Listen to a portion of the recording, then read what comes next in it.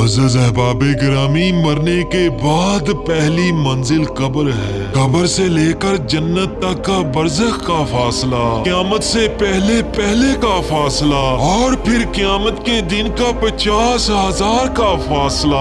और खुदा जाने उसमें कितनी मंजिलें आने वाली हैं, क्या क्या हालात पेश आने वाले हैं। जो गरीब पहले मरहले में पकड़ा गया वो आगे क्या करेगा। हक ताला शानहू हमारी हिफाजत फरमाए। अल्लाह ताला हम सब की कब्रों को मुनव्वर फरमाए कब्र के अजाब से, और जो चीजें अजाबे कब्र को साबित करने वाली हैं अल्लाह ताला हमें उनसे बचाए। प्यारे दोस्तों, कब्र जन्नत के बागीचों में से एक बागीचा है या दोज़ख के गढ़ों में से एक गढ़ा है। और आजकल के बेवकूफ लोग ये पूछते फिरते हैं कि कब्र में अजाब होता भी है। अल्लाह के बंदो, तुम किस चक्कर में पड़ गए हो? शैतान ने तुमको किस चक्कर में डाल दिया है? तुमको नबी अलैहिस्सलाम की बात पर एतबार नहीं रहा।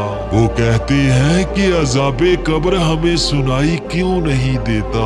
ये उस महबूब आका सल्लल्लाहु अलैहि वसल्लम की वजाहत का तुफैल है कि अज़ाबे कब्र सुनाई नहीं देता, क्योंकि हज़रत सल्लल्लाहु अलैहि वसल्लम ने फरमाया कि तुमसे बन ना पड़ती, तुम्हारी जिंदगी अजीरन हो जाती अगर तुम कब्र का अजाब सुन लेते।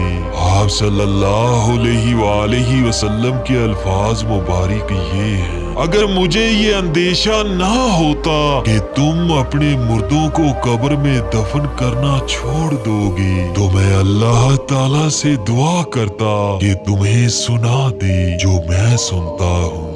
प्यारे दोस्तों, कब्र का अजाब जो कब्रिस्तान में हो रहा है अगर तुम्हें सुनाई देता तो तुम्हें कब्रिस्तान में कदम रखने की जुर्रत ना होती। ये उस महबूब आका हजरत मोहम्मद सल्लल्लाहु अलैहि वसल्लम का तुफैल है कि अल्लाह ताला ने पर्दा डाल दिया। इस पर शुक्र करने की बजाय उल्टा कहते हैं कि हमें क्यों नहीं सुनाई देता। मुअज़्ज़ज़ अहबाब-ए गिरामी, शीशे के मकान में आदमी बंद हो तो आवाज आगे नहीं जाती। वो उधर से सुन रहा है, देख रहा है, मगर आवाज नहीं पहुंचा सकता। तुम्हारा ये शीशा आवाज को रोक देता है, तो अगर अल्लाह ताला ने बरज़ख का पर्दा डाल दिया है और वो रोक रहा है तो तुम्हें क्यों ताज्जुब हो रहा है? तुम क्यों इसरार कर रहे हो कि हमें देखना चाहिए और हमें सुनना चाहिए तो हम माने? जरा ठहर जाओ, थोड़ा वक्त है, तुम पर भी ये मरहला आएगा, फिर अच्छी तरह तजुर्बा कर लेना। अगर यहाँ तुम रसूलुल्लाह सल्लल्लाहु अलैहि वसल्लम के कहने से नहीं मानते तो तजुर्बा हो जाएगा। फिक्र ना करो, इसमें जल्दी की क्या बात है, बल्कि फिक्र इसकी तैयारी की करो, क्योंकि वहाँ सिर्फ नेक अमाल ही काम आएंगे। प्यारे दोस्तों, एक आजाद ख्याल और फैशन परस्ती में डूबी हुई लड़की पर अज़ाबे कब्र का एक बड़ा ही इबरत अंगेज और सबक आमोज वाकया बयान करने लगा हूँ, जिसको सुनकर हम सबको बड़ी इबरत हासिल होगी। वाकया को मुकम्मल सुने और अमल करने की कोशिश करें। वाकया का आगाज करता हूँ। मुअज़्ज़ज़ अहबाब-ए गिरामी, ये वाकया एक दुखियारी माँ ने बयान किया है। वो कहती है कि मेरी सबसे बड़ी लड़की का इंतकाल हो गया।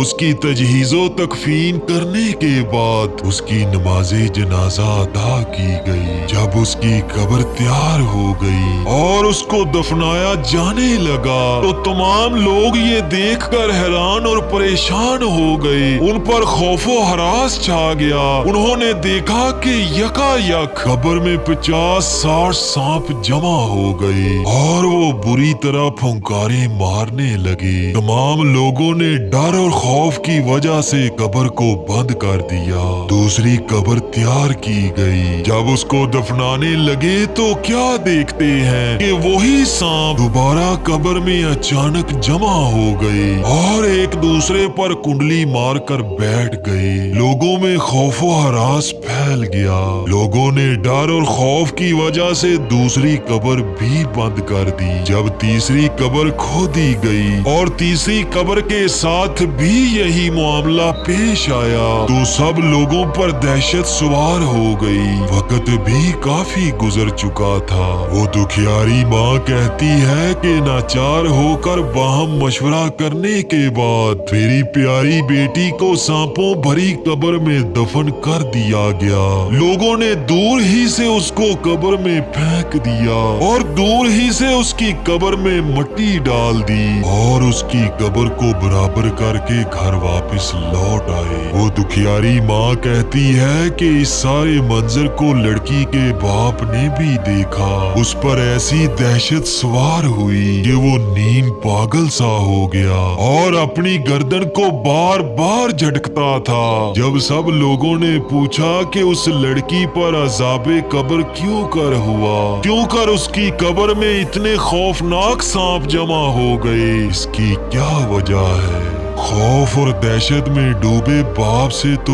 کچھ بات نہ ہوئی۔ دکھیاری ماں نے بیان کیا کہ میری بیٹی یوں تو نماز روزہ کی پابند تھی، نیکی کے کام کرتی رہتی تھی، مگر وہ فیشن کرتی تھی اور بے پردہ باہر گھومنے نکل جایا کرتی تھی۔ اس کا فیشن محض لوگوں کو دکھاوے کے لیے ہوتا، وہ نامحرموں کے آگے بے پردہ گھوما کرتی تھی۔ وہ دکھیاری ماں روتے ہوئے کہتی ہے کہ جب میں اپنی بیٹی کو سمجھانے کی کوشش کرتی تھی تو وہ میرے ساتھ بگڑ جاتی، میرے ساتھ لڑائی جھگڑا کرتی اور مجھے ذلیل و رسوا کرتی، مگر وہ اپنی آخرت کی بھلائی کی باتوں پر کان نہ دھرتی۔ افسوس میری کوئی بات میری نادان فیشن پرست بیٹی کی سمجھ میں نہ آئی اور مرنے کے بعد قبر میں سانپوں کا عذاب اسی وجہ سے ہوا۔ استغفر اللہ۔